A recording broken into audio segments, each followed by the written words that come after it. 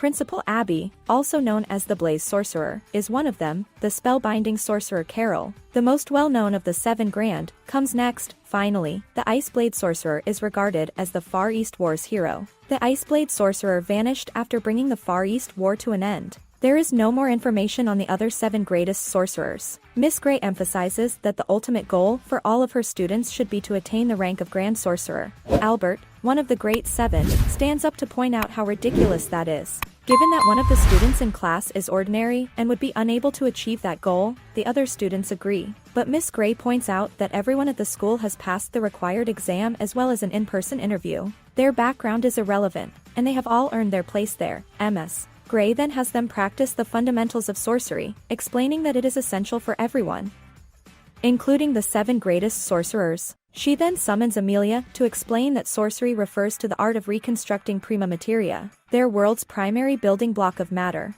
Miss Gray shows how you must first encode prima materia, or convert it into code. Decoding must then be used to remove any excess. The data is then reorganized and moved to the processing stage. In this stage, data can be added or removed, and everything is manifested at the end. Those are the fundamentals. She goes on to say that anything they create can be undone. Furthermore, prima materia has no restrictions on what it can reconstruct. Everything is dependent on the sorcerer's own abilities.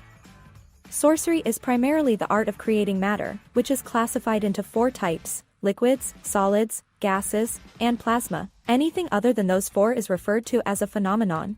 A student then wonders if Miss Gray used anti-material code to erase the earlier ice flower, but the instructor explains that it wasn't, and there is no such thing as an anti-material sorcerer. It's then time for some practice, and Amelia shows off her skills by making her own ice flower. Of course, everyone admires her, but everyone turns to look at Ray, who appears to be struggling. Everyone makes fun of him. Albert, however, takes it a step further because he is enraged by Ray. He is a nobleman who refuses to recognize the existence of a talentless withered wizard. Ray then walks down the hall, admiring the building's construction.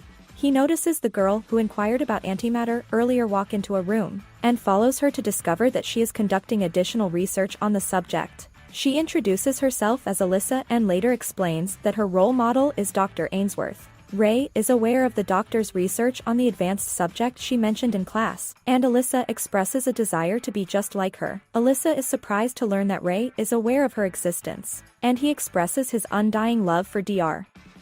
Ainsworth. Elisa is overjoyed because she has never met another of her fans before, but she apologizes for getting carried away.